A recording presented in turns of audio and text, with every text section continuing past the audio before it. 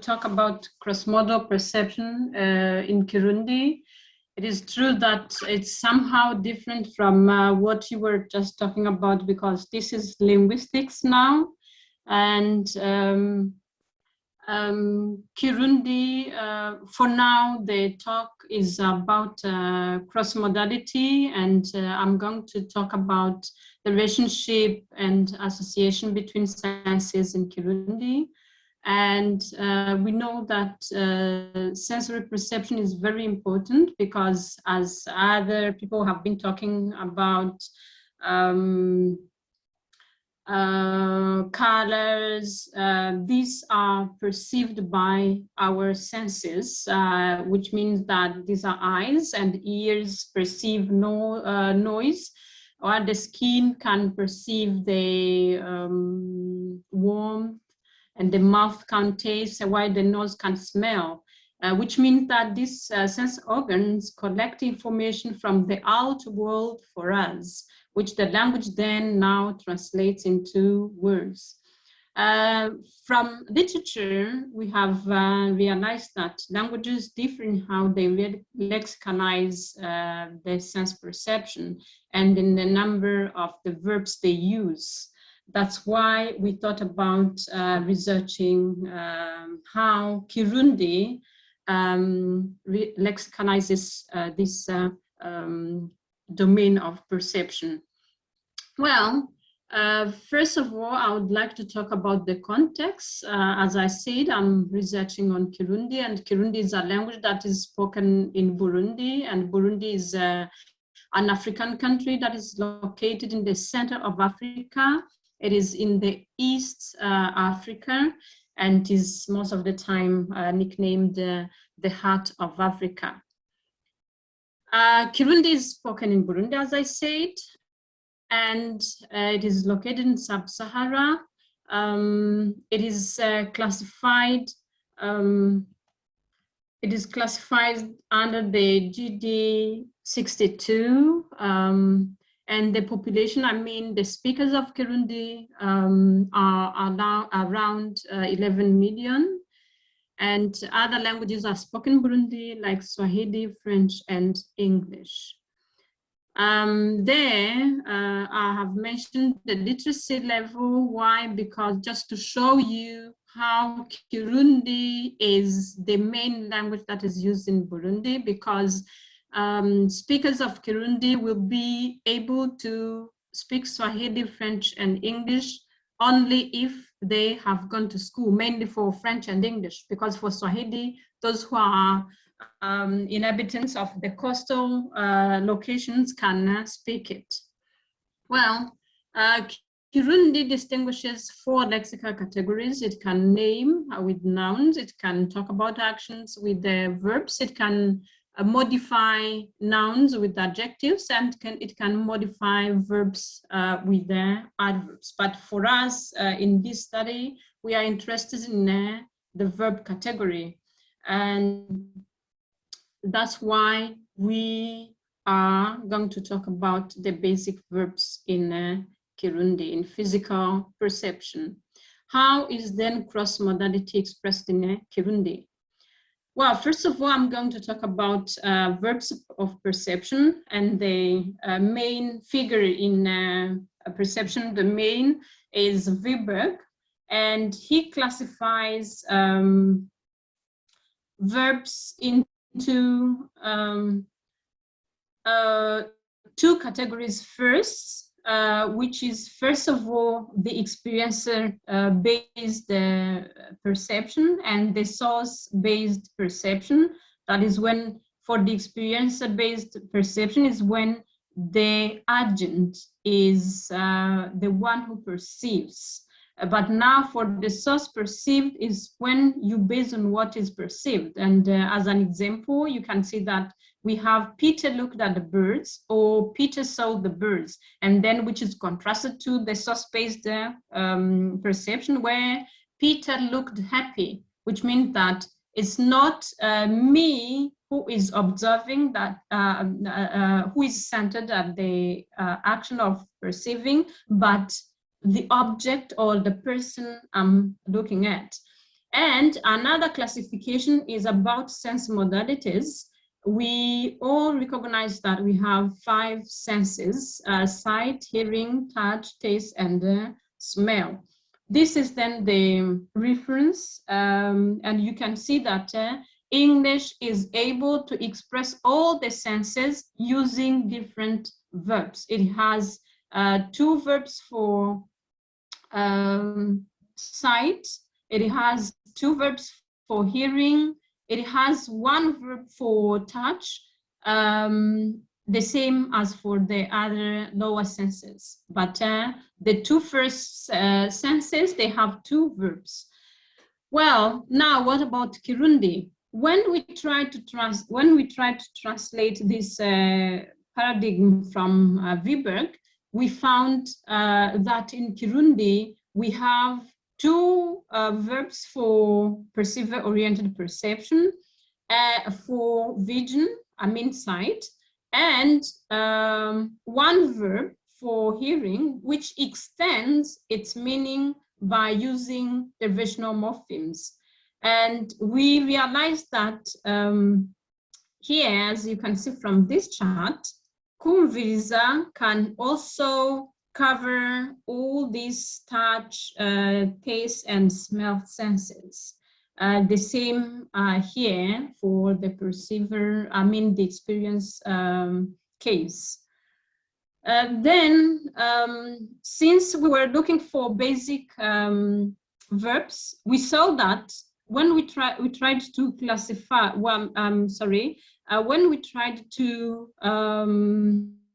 translate, we found that verbs that we use in Kirundi to mean the same in English for the touch, taste, and smell are they are not general. They mean something specific, because, for instance, kumota, which is a perceived oriented verb, means to smell good, and then it has its opposite, which is to smell bad. In that case, then we saw that this has a negative connotation if we have kunuka, and it has a positive meaning when we have kumota, which means that it is not general. When we want to mean something that is general, we say that we hear, if I translate literally, we hear a smell, which means that I smell something good, and then now we use to hear. That's then, this is then the chart of the basic Kirundi verbs of perception, from which we deduce that we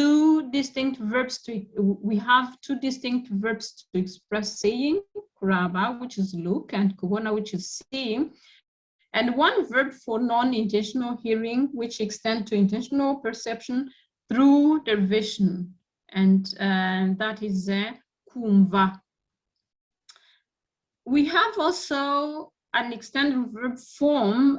We have extended verb forms of the non-intentional verbs, which express the phenomenon-based perception. You can see here we have kubona, which becomes kuboneka, where we have a stative construction, and then kwûmva, kwûmvikana, where we have a hearing, here in stative, reciprocal construction. The same is for the 3 low senses. Well, how is then the expression of cross-modality apprehended in English? We have here intramodal meanings extension, which means that inside modals themselves, what happens? We find that we either move, for instance, here, we have the verb to see, which extend its meaning to phenomenon-based perception by using a stative morpheme.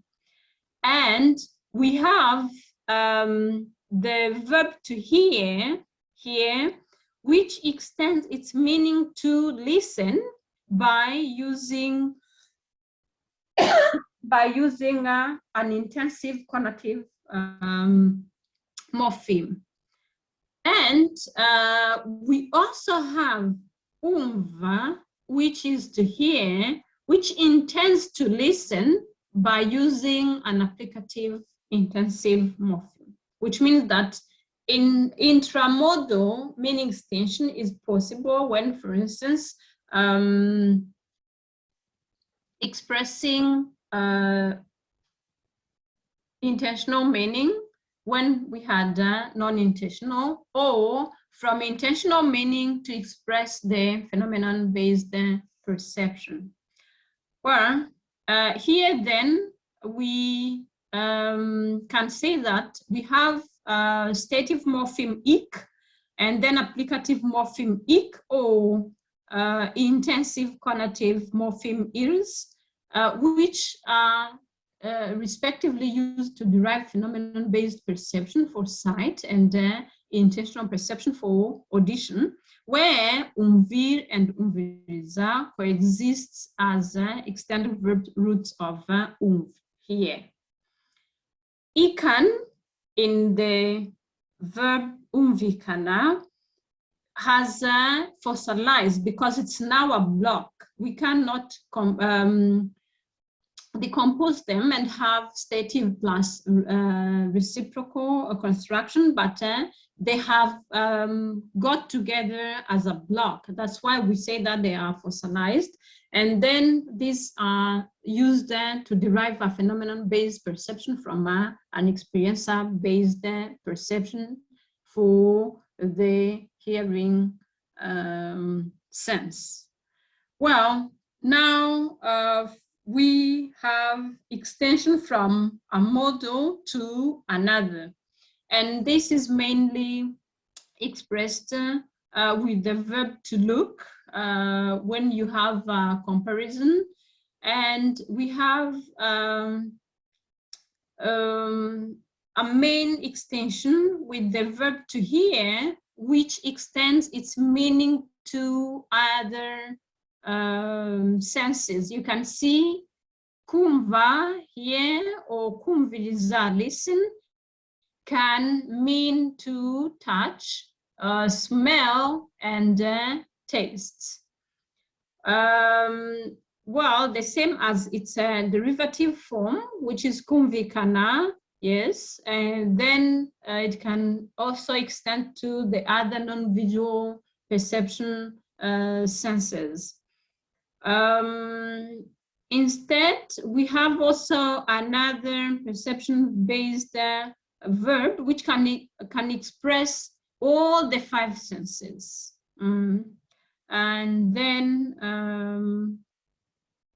most often these verbs which act as adjectives for evaluative perception, they can extend to other modals.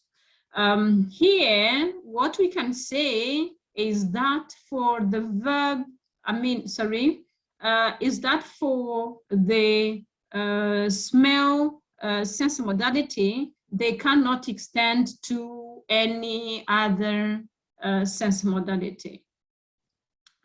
And the same is for touch, where we have kukorakora, which is a volitional perception verb.